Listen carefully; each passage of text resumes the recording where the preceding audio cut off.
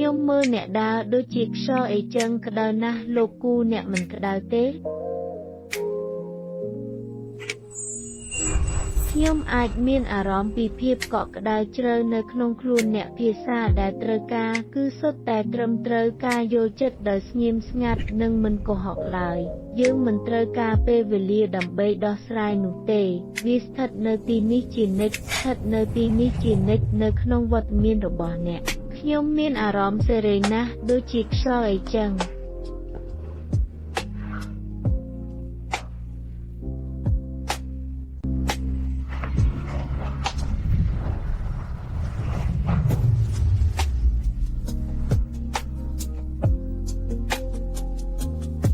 ជារឿងស្រមើស្រមៃ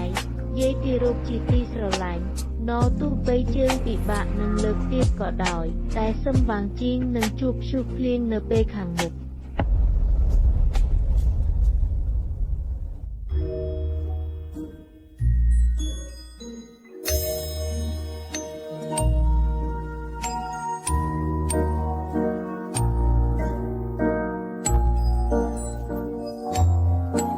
ហើយខ្ញុំហាក់ដូចជាអាចជួយអ្នកធានាថាលោយ៉ាដាមរបស់អ្នកមិនឲ្យកម្រើកទៀតទេកុំរើហេតុអ្វីបានជាវាតែងតែលេចឡើងរាល់ពេលបែបនេះ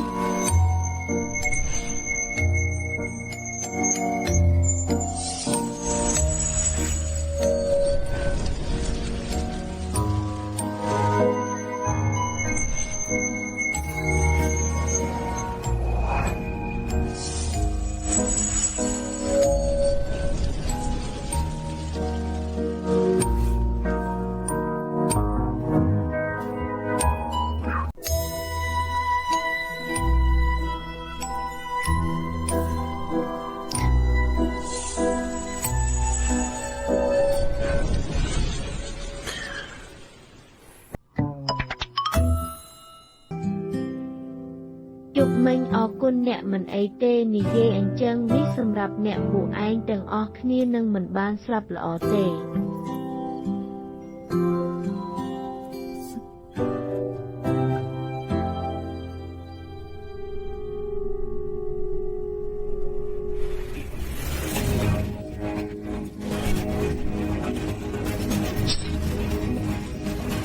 មានរឿងអីយីអែន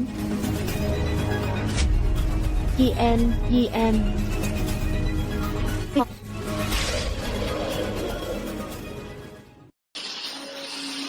នាងយ៉ាងម៉េចហើយនាងបានដេររួចហើយមិនមានរបួសដល់ឆ្អឹងទេកុំភ្លេចលាងសម្អាតនិងបដូរថ្នាំតាមពេលវេលាកំណត់កុំឲ្យប៉ះទឹកអ្នកពិតជាសំណាងផងនិងអភ័ព្វផងស្រាប់តែមានមនុស្សវិកលចរិតម្នាក់លេចឡើងយ៉ាងម៉េចទៅ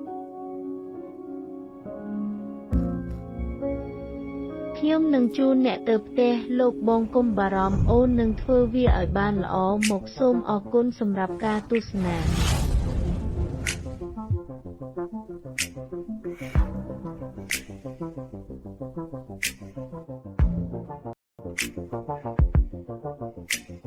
អញ្ចឹងអ្នកសម្រាប់បន្តិចសិនទៅខ្ញុំនឹងមកម្ដងទៀតនៅថ្ងៃស្អែកមានរឿងអ្វីខ្ញុំចង់ផឹកទឹកខ្ញុំពិតជាត្រូវរកឲ្យឃើញមូលហេតុដែលគាត់យកឆេងមកចិញ្ចឹមយកព្រម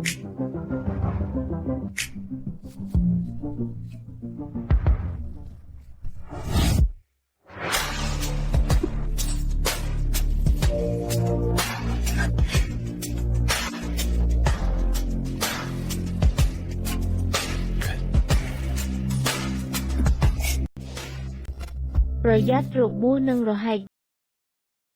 លោកគូគិតថាខ្ញុំកំពុងរៀបគម្រោងលើលោកមែនទេខ្ញុំមិនមែនមានន័យដូច្នោះទេជំហានចុងក្រោយអាវុធដ៏គ្រោះថ្នាក់បំផុតរបស់អ្នកប្រមាញ់គឺធ្វើឲ្យសត្វព្រៃទន់ចិត្តអញ្ចឹងលោកគិតថាខ្ញុំមានន័យយ៉ាងម៉េចទៅ